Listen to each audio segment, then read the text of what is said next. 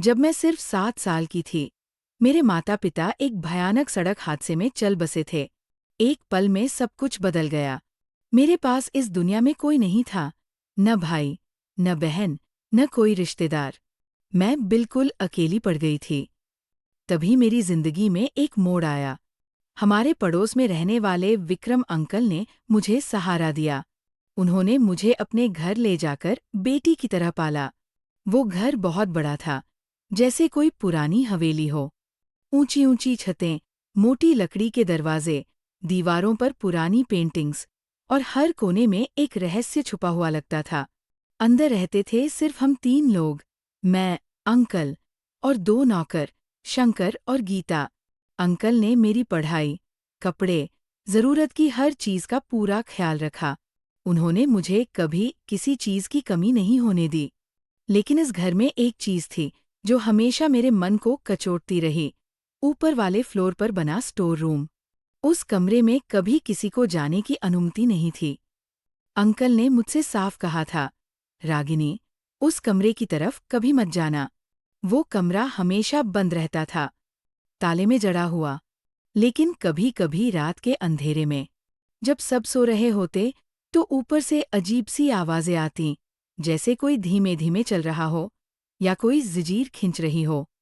मैं डर जाती थी, पर फिर खुद को समझा लेती थी कि शायद यह मेरा वहम है। मैंने कभी उनसे नहीं पूछा कि उस कमरे में क्या है, क्योंकि उन्होंने मुझे इतना प्यार दिया था कि मैंने सोचा, वो जो कह रहे हैं उसमें कुछ तो होगा। पर मन तो इंसान का चंचल होता है। जैसे जैसे मैं बड़ी होती गई, मेरी जिज्ञासा भी बढ़ती गई। एक दिन अंकल को शहर से बाहर जरूरी काम से जाना पड़ा।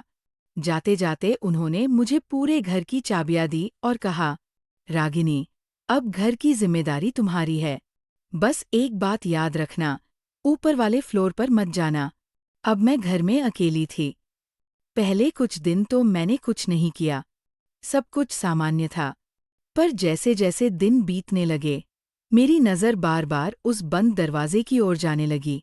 एक दिन मैंने तय कर लिया, आज उस कमरे का राज जानकर ही रहूंगी।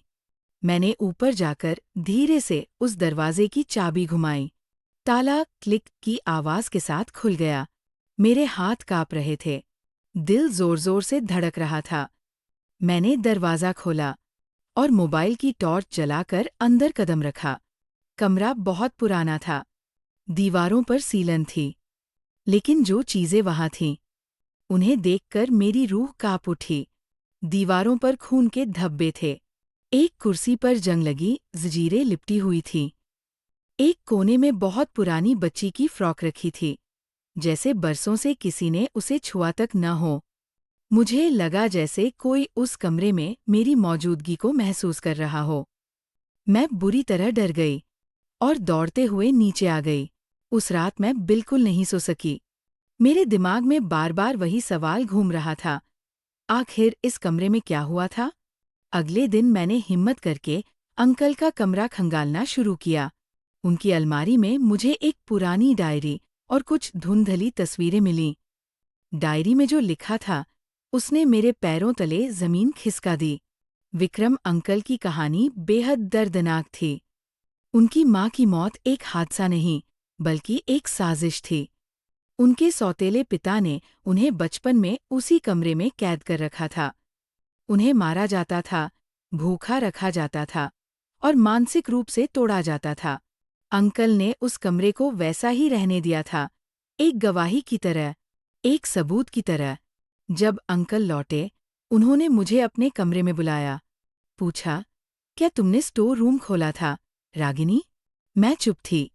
उन्होंने कहा, तुम चाहती तो मुझसे पूछ सकती थी।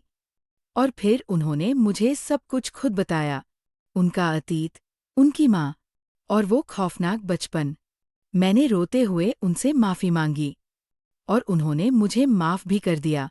अब वो कमरा बंद नहीं है, खुला है, पर अब वो डरावना नहीं लगता। वो अब एक याद है, एक कहानी है, एक सबक है कि हर इंसान की मुस्कान के पीछे एक जख्म होता है। दोस्तों, अगर आपको कहानी पसंद आई हो तो वीडियो को लाइक करें, चैनल को सब्सक्राइब करें और नोटिफिकेशन बेल ज़रूर दबाएं। ताकि अगली दिल छू लेने वाली कहानी सबसे पहले आप तक पहुंचे।